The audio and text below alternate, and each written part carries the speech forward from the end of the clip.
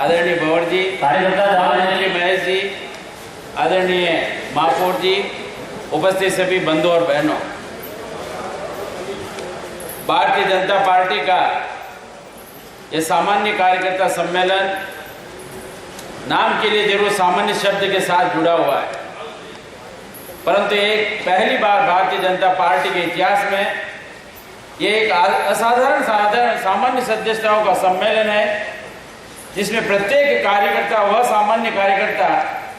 जिसने पार्षद के चयन से लेकर इकाई के अध्यक्ष करने में अपनी महत्वपूर्ण भूमिका निभाई, उन सबको आमंत्रित करने का प्रयास किया गया है। कार्यकर्ता बंधुओं,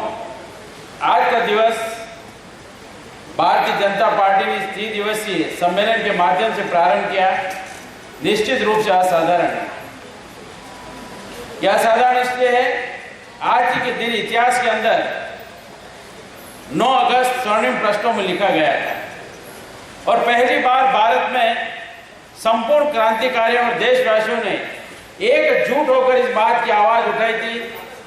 कि अंग्रेजों भारत छोड़ो, और वो आंदोलन इतना सफल फलीभूत हुआ, अंतोगतो हमको 15 अगस्त 1947 को स्वतंत्रता मिली। आज हम सब कार्यकर्ता इसलिए संकल्पित हुए हैं कि हम भी आज इस बात की प्रतिज्ञा लेते हैं कि 9 अगस्त का दिन फिर एक बार इतिहास को दोहराना चाहता है। वो इतिहास यह है कि जितनी समस्याएं पूर्व में सम्मानीय वक्ताओं ने कही और हम सब ने अपने विचारों के माध्यम से अभिव्यक्ति की है, तो उन समस्याओं का समाधान अगर कहीं रखा हुआ है तो वो 9 अगस्त का आज का स्वर्णिम दिन है। हम भी इस बात की प्रतिज्ञा लें कि भारतीय जनता पार्टी द्वारा आज जो आह्वान किया गया है कि कांग्रेसियों गद्दी छोड़ो, भारतीय जनता पार्टी आती है, उसका हम स्वागत अभिनंदन करते हुए उस यात्रा में हम आगे बढ़े। उस स्वर्णिम दिन की आज शुरुआत हमने की है। कार्यकर्ता बंधुओं, अपने वक्तव्य में सभी ने अपनी एक बात को कहने का प्रयास किया होगा, पर मुझे विश्वास है कि भारतीय जनता पार्टी का एक कार्यकर्ता निरंतर अपनी कर्म शक्ति के आधार पर आज इस वातावरण के उस मुकाम पर पहुंचा है जहां की राजस्थान का एक एक व्यक्ति इस बात को कहने के लिए कटिबद्ध हुआ और कार्यकर्ता उत्साहित हुआ है कि आने वाला कल कैसा होगा, और वो ऐसा होगा कि कोई दुनिया की ताकत अब हमको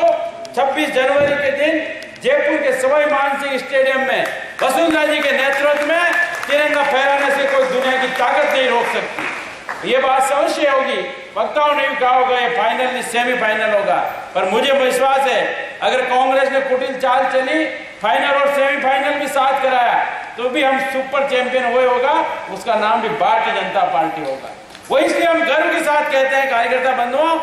ये पार्टी कार्यकर्ता आधारित है और कार्यकर्ता के जनबल के आधार पर चलती है, और इसीलिए हम कहते हैं किसी के धनबल और बाहुबल से पार्टी नहीं चलती है। पार्टी चलती है तो कार्यकर्ता के समर्पण पर चलती है। हिंदुस्तान में क्या विश्व में ऐसी कोई राजनीतिक पार्टी नहीं होगी जिसमें कार्यकर्ता समय का भी समर्पण करता है, पर ऐसे अनेक कार्यकर्ता होंगे जिन्होंने अपने जीवन काल के अंदर समय का समर्पण नहीं, पूरे जीवन की आहुति दे दी। और हमको सौभाग्य है कि सुंदर सिंह बंडाई जैसा व्यक्तित्व जिसने अपने पूरे जीवन का समर्पण किया, ऐसी अनोखी पार्टी जनसंघ से भाजपा तक के वह कार्यकर्ता भारतीय जनता पार्टी के आज हमारे बीच में देन है। उसी परंपरा को आगे बढ़ाया भानु कुमार जी शास्त्री ने। मेरे साथ सम्मुख उपस्थित कई वक्ता भी जानते हैं और कई कार्यकर्ता उनके साथ लंबे समय तक काम किया है। जिस कश्मीर को लेकर वो यहाँ से निकले थे 53 में, वो उस कश्मीर समस्या को 53 में पूरे देश में उदयपुर की भी एक सामान्य सड़क से आगाह किया था कि आने वाला कल का खतरा है, नासुर बनेगा, पर उस गांव को तत्कालीन समय में नेहरू जी ने भरा,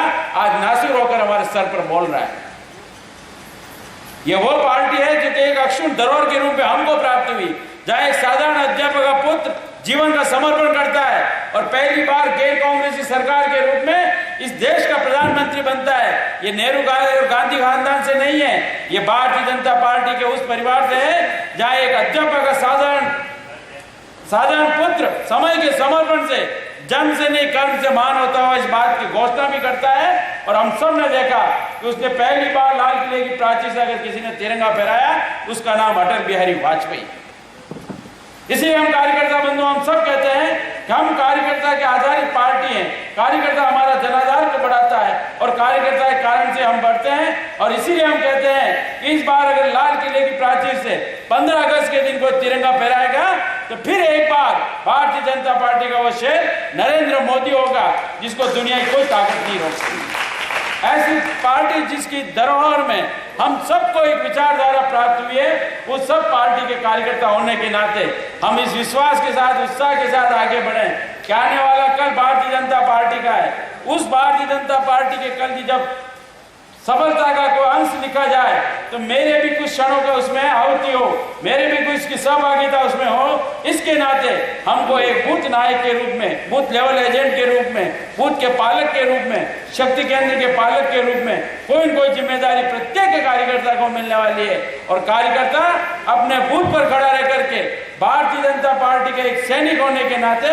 इस बात की लड़ाई को लड़ने के लिए तत्पर है कि आने वाले समय में कांग्रेस को चारों खानों चित करूंगा, उसका नेतृत्व मैं करूंगा। मेरे अरावल दस्ते में कौन कौन लोग होंगे, मेरी टीम में युवा से लेकर वह जनसंघ का वरिष्ठ कार्यकर्ता वहां आशीर्वाद देने के लिए उपस्थित होगा। उसके लिए आज हमारा भारतीय जनता पार्टी का कार्यकर्ता एक सैनिक के रूप में आज अपने आप को संकल्पित करता है। ये सामान्य नहीं, असाधारण सम्मेलन इसीलिए हम आयोजित करते हैं कि जिसमें कार्यकर्ताओं के आधारित पार्टी को हम आगे बढ़ा सकें और फिर एक नया इतिहास लिख सकें। इसलिए लिखना चाहते हैं कि हम अपनी पार्टी के लिए जरूर बूथ पर तो सैनिक हैं, पर आज उन सैनिकों का हम स्मरण नहीं भूलें जिन 5 सैनिकों का